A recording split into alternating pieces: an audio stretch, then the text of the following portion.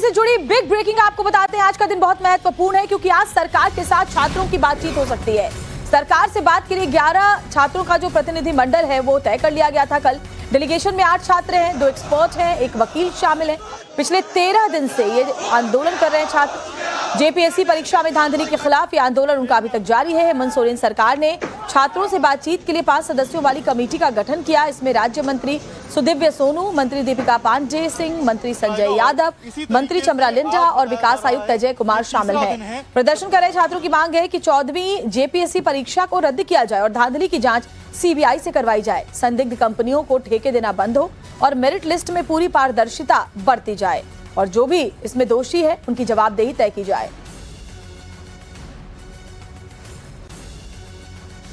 और छात्रों के आंदोलन से जुड़ी एक और बड़ी खबर आपको बताती हूँ। सरकार सिर्फ छात्रों से बातचीत करने को तैयार है, पत्रकार और वकील को शामिल करने की मांग पर, जबकि छात्र अड़े हुए हैं। देर रात एसडीओ और एसडीएम प्रदर्शनकारियों से भी मिले। दोनों पक्षों के बीच काफी देर तक बातचीत चलती रही। प्रतिनिधिमंडल की संरचना पर सहमति नहीं बन पाई क्योंकि सरकार की मांग ये है, सरकार ये कह रही है कि हम सिर्फ छात्रों से बात करेंगे, लेकिन छात्र ये कह रहे हैं कि हमको उन लोगों को भी शामिल करना है अपने डेलीगेशन में जो छात्रों की मांग को, छात्रों की बात को प्रभावी ढंग से रख सकें। ऐसे में उन्होंने जो प्रतिनिधि मंडल की संरचना बनाई है उसमें वकील भी शामिल है, पत्रकार भी शामिल हैं और सरकार का ये कहना है कि हम सिर्फ छात्रों से ही बातचीत करेंगे। तो इस बात को लेकर के अभी थोड़े से मतभेद की स्थिति बनी हुई है, लेकिन आज हो सकता है कि बातचीत हो जाए। अधिकारियों ने साफ किया कि सरकार केवल छात्र प्रतिनिधियों से बातचीत को तैयार है। वहीं आंदोलनकारी छात्र अपने पहले से तय 11 सदस्यीय डेलीगेशन पर अड़े रहे, जिसमें पत्रकार और अधिवक्ता को शामिल रखने की मांग दोहराई गई। दोनों पक्षों के बीच देर रात तक बातचीत का दौर चला, लेकिन प्रतिनिधिमंडल की संरचना पर सहमति नहीं बन पाई। इसके चलते वार्ता कल आगे नहीं बढ़ पाई। इधर भर्ती परीक्षाओं में पारदर्शिता, कथित अनियमितताओं की निष्पक्ष जांच और दोषियों पर कार्रवाई की मांग को लेकर छात्रों का धरना जारी है।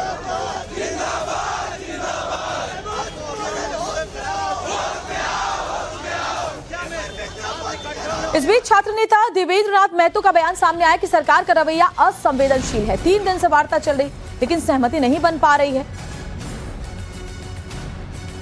जिस तरीके से सरकार का रवैया को देख रहे हैं, बहुत ज़्यादा छात्र के प्रति असंवेदनशील है। कभी उनका कोई अधिकारी पदाधिकारी आते हैं, बोलते हैं कि वार्ता के लिए सरकार तैयार है, प्रतिनिधिमंडल का नाम भेजिए। ये 3 दिनों से चल रहा है, लेकिन फाइनल बात नहीं बन पा रही है, सहमति नहीं हो पा रही है।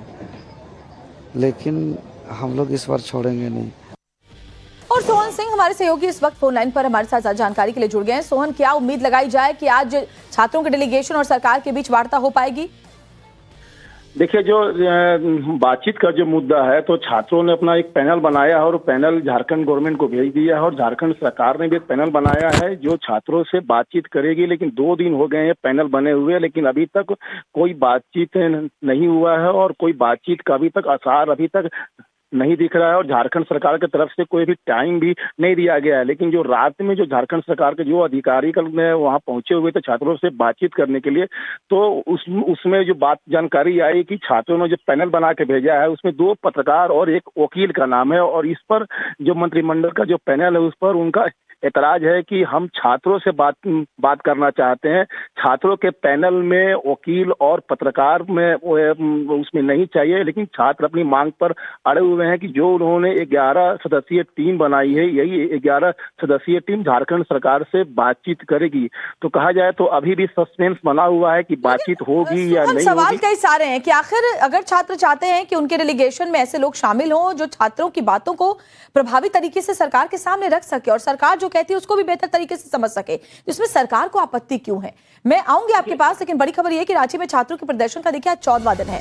जब से ये छात्र धरने पर बैठे हैं तभी से इनकी मांग है कि राहुल गांधी रांची पहुंचे, इनसे बात करें और हेमंत सोरेन सरकार पर दबाव बनाए। राहुल रांची तो नहीं गए, लेकिन छात्रों से फोन पर जरूर बात की।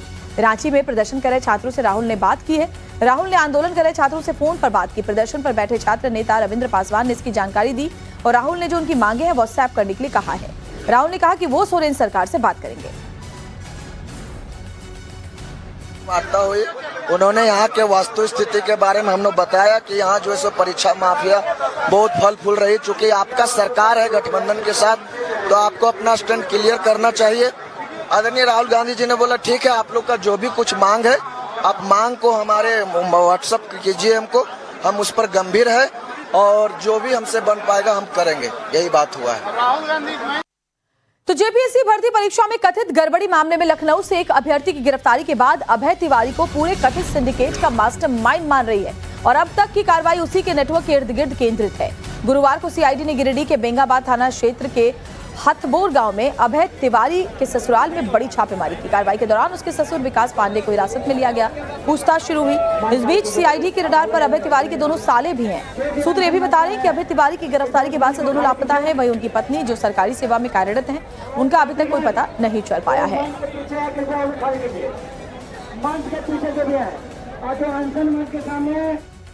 और जेपीएससी परीक्षा में गड़बड़ी से जुड़ी एक और बड़ी खबर आपको बताती हूँ। सीआईडी ने अभ्यर्थियों से कार्बन ओएमआर शीट मांगी है। सिविल सेवा परीक्षा पास करने वालों से ओएमआर शीट मांगी गई है, तो ये जांच की जाएगी। सीआईडी अपनी जांच को तेजी के साथ आगे बढ़ा रही है। जेपीएससी परीक्षा में गड़बड़ी से जुड़ी जांच आगे बढ़ रही है और ऐसे में सीआईडी ने अभ्यर्थियों से कार्बन ओएमआर शीट की मांग की है। सिविल सेवा परीक्षा जिन स्टूडेंट्स ने पास की है उनसे ओएमआर शीट मांगी गई है ताकि उसका मिलान किया जा सके। मंच के पीछे आके जाओ, खाली कीजिए। मंच के पीछे जो भी है और जो अनशन मंच के सामने है उन खाली कीजिए। सभी लोग फ्लैश लाइट मार्च में शामिल हैं। और चलिए आपको एक बार फिर से बताते हैं कि आखिर रांची में छात्रों की मांगे हैं क्या, जिसकी वजह से देखिए 14वां दिन है वो आंदोलनरत हैं। तो जेपीएससी जेएसएससी की सभी विवादित परीक्षाओं की जांच की मांग ये जो स्टूडेंट्स है वो कर रहे हैं। इसके अलावा सीबीआई और ईडी सभी परीक्षाओं की जांच करे, ये मांग स्टूडेंट्स की है। गंभीर आरोप वाली परीक्षाएं पूरी तरीके से रद्द कर दी जाए, ये मांग भी छात्र उठा रहे हैं। भ्रष्टाचार में शामिल लोगों की संपत्तियां कुर्क की जाएं। भर्ती प्रक्रिया पूरी तरह से डिजिटल और पारदर्शी बनाया जाए ताकि दोबारा ऐसा ना हो। समयबद्ध भर्ती कैलेंडर भी लागू किया जाए क्योंकि भर्तियां नहीं निकल रही हैं, छात्र बेरोजगार हैं। लंबित नियुक्तियां जल्द से जल्द पूरी की जाए, ये मांग लंबे समय से स्टूडेंट्स उठा रहे हैं। आयोगों की जवाबदेही भी तय करने की जो मांग है वो छात्र पुरजोर तरीके से रख रहे हैं। सोन लगातार हमारे साथ हमारे सहयोगी जो है रांची से जुड़े हुए हैं। सोन, मैं समझने की ये कोशिश कर रही थी कि आखिर छात्रों के डेलीगेशन में अगर वकील और पत्रकार भी हैं तो सरकार को इससे क्या आपत्ति है? छात्र बस इतना चाहते हैं कि वो किसी तरीके से मैनिपुलेट ना हो जाए। वो ये चाहते हैं कि छात्रों की बात को प्रभावी तरीके से वकील हो, छात्र हो या फिर पत्रकार हो, वो रख सके सरकार के सामने।